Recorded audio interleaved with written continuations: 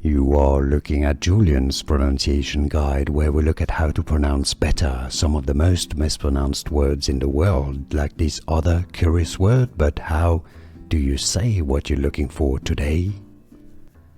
Let's learn once and for all how to pronounce this name correctly in English. How to pronounce it? Well, there are, I'm afraid, different pronunciations. This is usually a girl's name of Hebrew origin, and yes, there's traces of it in the Old Testament.